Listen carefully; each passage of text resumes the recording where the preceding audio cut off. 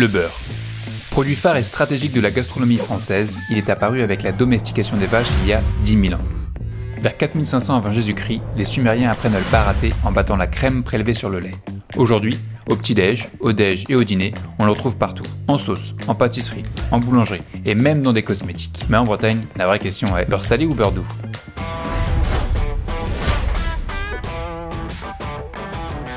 Mais avant de répondre à cette question, on va d'abord voir comment on fabrique un bon beurre de dégustation breton. Et pour ça, on va rencontrer Stéphane. Beaucoup mieux. Bonjour Stéphane. Bonjour Jordan, paysan artisan beurrier avec de la vache qui s'appelle la Froment du Léon. On fait du beurre, de froment, très gustatif.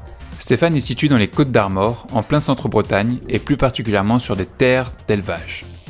Ce sont des terres riches en cailloux et roches, rendant l'agriculture compliquée, et donc l'élevage propice.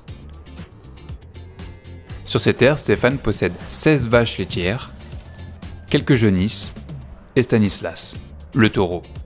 On fait toujours attention au taureau, on a toujours un œil sur lui quoi. Même moi. Hein. Tu vois, il est juste là. Allez. Allez. Allez Honorine. Il y a Honorine, là c'est Nathanaël. Donc ça c'est la race Froment du Léon. C'est une vache endémique à la Bretagne, il y en a 3. Et elle a la particularité que c'est une laitière quoi, une très bonne laitière. Allez! C'est des systèmes de traite à l'ancienne un peu, comme ça que les anciens traillaient. Ça s'appelle une étable entravée.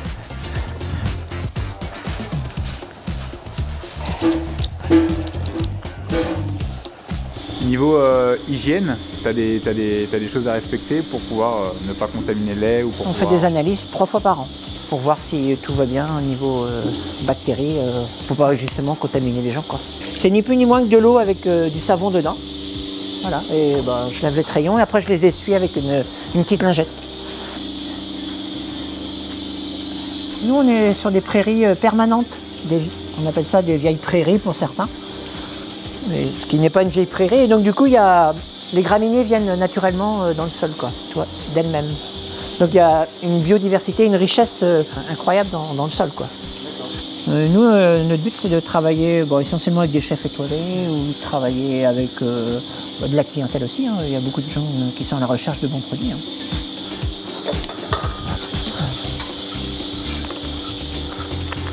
Tu vois, ils sont toutes tranquilles, paisibles. Ça leur fait pas mal en tout cas. En moyenne, une traite, tu arrives à récupérer combien de litres? Une vache comme ça va donner en moyenne, je sais pas, 8 à 10 litres par traite, donc entre 15 à 20 litres par jour. Et on dit que la vache, elle fait 60% à 70% du produit derrière, de la qualité du produit qu'on va sortir. Après, il y a le petit savoir-faire, donc c'est la fermentation, le temps de fermentation, le choix du ferment qu'on va mettre en place, avec le temps de fermentation et la température qui va faire que, au résultat, on va avoir un produit que nous, on a choisi, quoi. Elle s'appelle Isop. Moi, j'adore les vaches. Je suis passionné par les vaches. Je suis amoureux des vaches.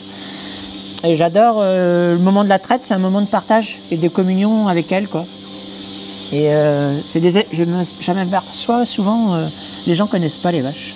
Plus tu leur donnes de l'amour et plus elles sont reconnaissantes de tout ça, et du bien-être qu'on leur apporte, tu vois. En fait, tout ce que je mets en énergie, j'y mets tout mon cœur et ça se retrouve dans le produit final, quoi. Plus la vache est âgée, moins elle va produire de lait, plus elle va produire de la crème, ça va se concentrer en fait.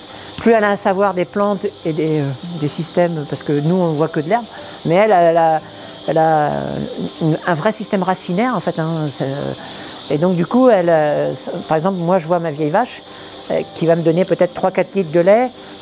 Quand tu mets une bouteille d'une jeune vache et de ma vieille vache, celle de la vieille vache, c'est presque que de la crème, quoi. Donc des fois, comme moi je suis intéressé que par la crème, ben, c'est vachement plus intéressant d'avoir des vieilles vaches qui vont me donner plus de crème et plus aromatique qu'une jeune vache qui va... Mais à un moment donné, il faut tout un ensemble parce qu'il faut bien renouveler aussi à un moment donné les vieilles vaches. Donc il faut aussi que je remette en place des anciennes, mais en tout cas les vieilles vaches ont leur importance dans mon élevage en tout cas. Très important. Pour avoir du lait, il faut qu'elle se fasse monter par le taureau pour avoir un veau. Et donc du coup, à partir du moment où elles ont un veau, elles vont produire du lait. Une fois qu'elle a lait, elle retombe à nouveau en chaleur au bout de 3 semaines. Et donc du coup, 9 mois plus tard, elle peut reproduire du lait. Une fois que toutes les vaches ont donné leur lait, il est temps pour elles de retrouver l'extérieur. Toujours dans un cadre extraordinaire, particulièrement aujourd'hui avec ce temps ensoleillé, elles pourront vaquer à leurs occupations. Sur le chemin, j'en profite alors pour demander à Stéphane pourquoi avoir choisi de s'appeler Couleur Froment. Fallait trouver un prénom et on trouvait que Couleur Froment, la couleur, parce que comme tu l'as vu, le beurre est une couleur incomparable à ce qu'on peut trouver n'importe où en France, hein, ou même à l'étranger, je pense, grâce à cette vache qui s'appelle la Froment. Et donc du coup, on trouvait que c'était logique d'appeler notre ferme Couleur Froment.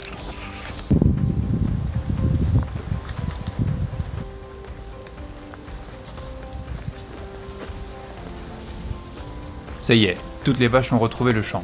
On va pouvoir s'attaquer à la transformation du lait en beurre. Et pour cela, il va falloir commencer par récupérer la crème du lait.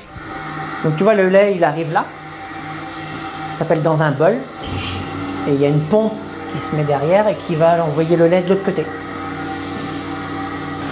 Ça, c'est une écrémeuse. On récupère la crème et le lait écrémé va de l'autre côté. C'est ni plus ni moins qu'une centrifugeuse. Hein. Donc c'est par rotation que du coup la crème monte et le lait écrémé descend. On a mis nos seaux dans la chambre de maturation et ensuite maintenant on va baratter.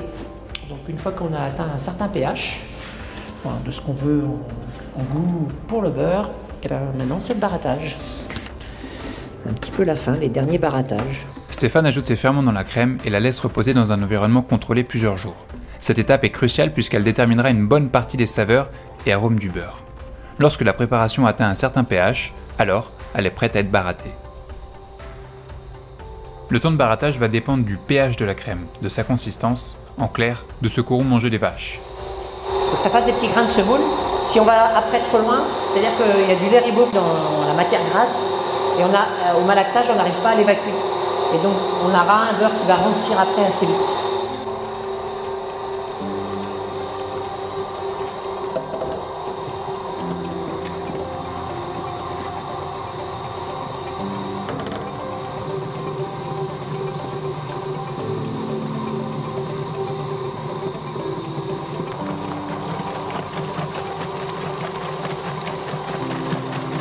Donc une fois qu'on a baratté, donc du coup on voit que la matière grasse s'est fixée, donc ça fait des petits grains de semoule, là, des petites boules.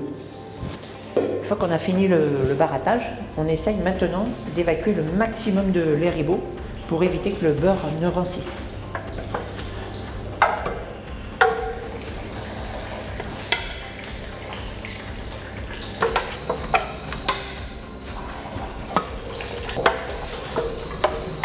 On malaxe, ce qui veut dire on essaye de presser la matière grasse pour enlever le maximum de lait ribot. C'est là qu'on voit si on a réussi notre beurre ou pas, s'il va plus ou moins rancir ou pas. Normalement ça s'évacue très bien et qu'on a bien mis en place tous les paramètres de maturation. L'hiver on ne fait pas de beurre. On est content de le redécouvrir au printemps et donc du coup voilà, on est en fin de saison comme on dit. On arrive sur le mois de décembre là, tranquillement et on fait nos derniers barattages. Il a un petit côté jaune orangé là, on dirait une mangue. Il est incroyable, on sent les arômes là qui nous effleurent les narines. Peut-être.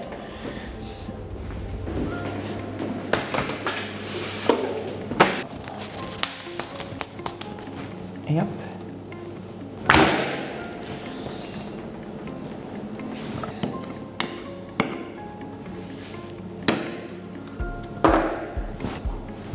Là, on démoule. Hop. Et voilà. Une fois que les beurres doux sont formés, on passe à l'étape du beurre salé. Le sel est ajouté à hauteur d'un taux variant entre 1% et jusqu'à 3% pour les beurres vraiment très salés.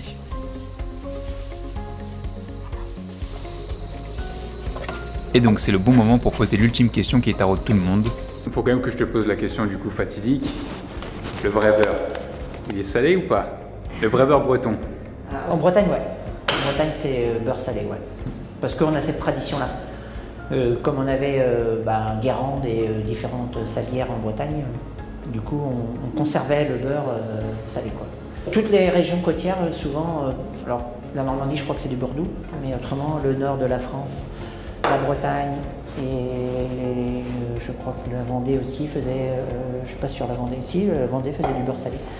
Toutes les autres régions de la France ont plutôt tendance à manger du beurre doux. Maintenant vous savez. Mais alors pourquoi certaines régions salent le beurre et pas d'autres? Dans le temps, le sel était utilisé pour des raisons de conservation et donc on le trouvait a priori partout. Mais entre 1342 et 1343, le roi Philippe VI généralise dans presque tout le royaume la gabelle, une taxe sur le sel. Forcément, le prix du sel s'envole et un moyen de faire des économies, c'est de passer sur du beurre doux, c'est-à-dire sans sel. Mais la gabelle n'est pas la même dans tout le royaume, et certaines régions comme le Nord, la Bretagne ou encore les Pyrénées-Atlantiques sont exempts de cette taxe. Du coup, le beurre restera salé. Donc voilà ce qu'on a fait ce matin. Ils peuvent être consommés là tout de suite maintenant. Je prends la boule, je la pétris un petit peu, je tiens et bam, je lance, c'est ça? C'est ça, ouais. Mais si tu n'y arrives pas du premier coup, tu la reprends et tu la relances.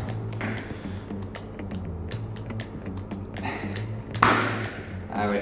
Pendant que vous me voyez lamentablement tenté de faire un lopin de beurre, je vous mets toutes les informations sur Stéphane et sa ferme Couleur Froment en description. Vous trouverez ces beurres dans des restaurants étoilés et sur quelques marchés bretons. Donc si vous voulez faire comme moi une superbe rencontre humaine avec Stéphane, n'hésitez pas. Allez, il y a un savoir-faire Ah ok. que je n'ai pas. Voilà.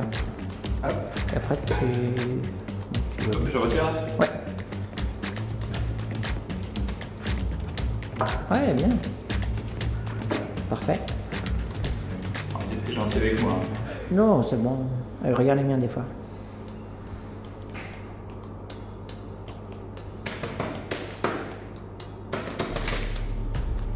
Super. Bah voilà, mon premier beurre.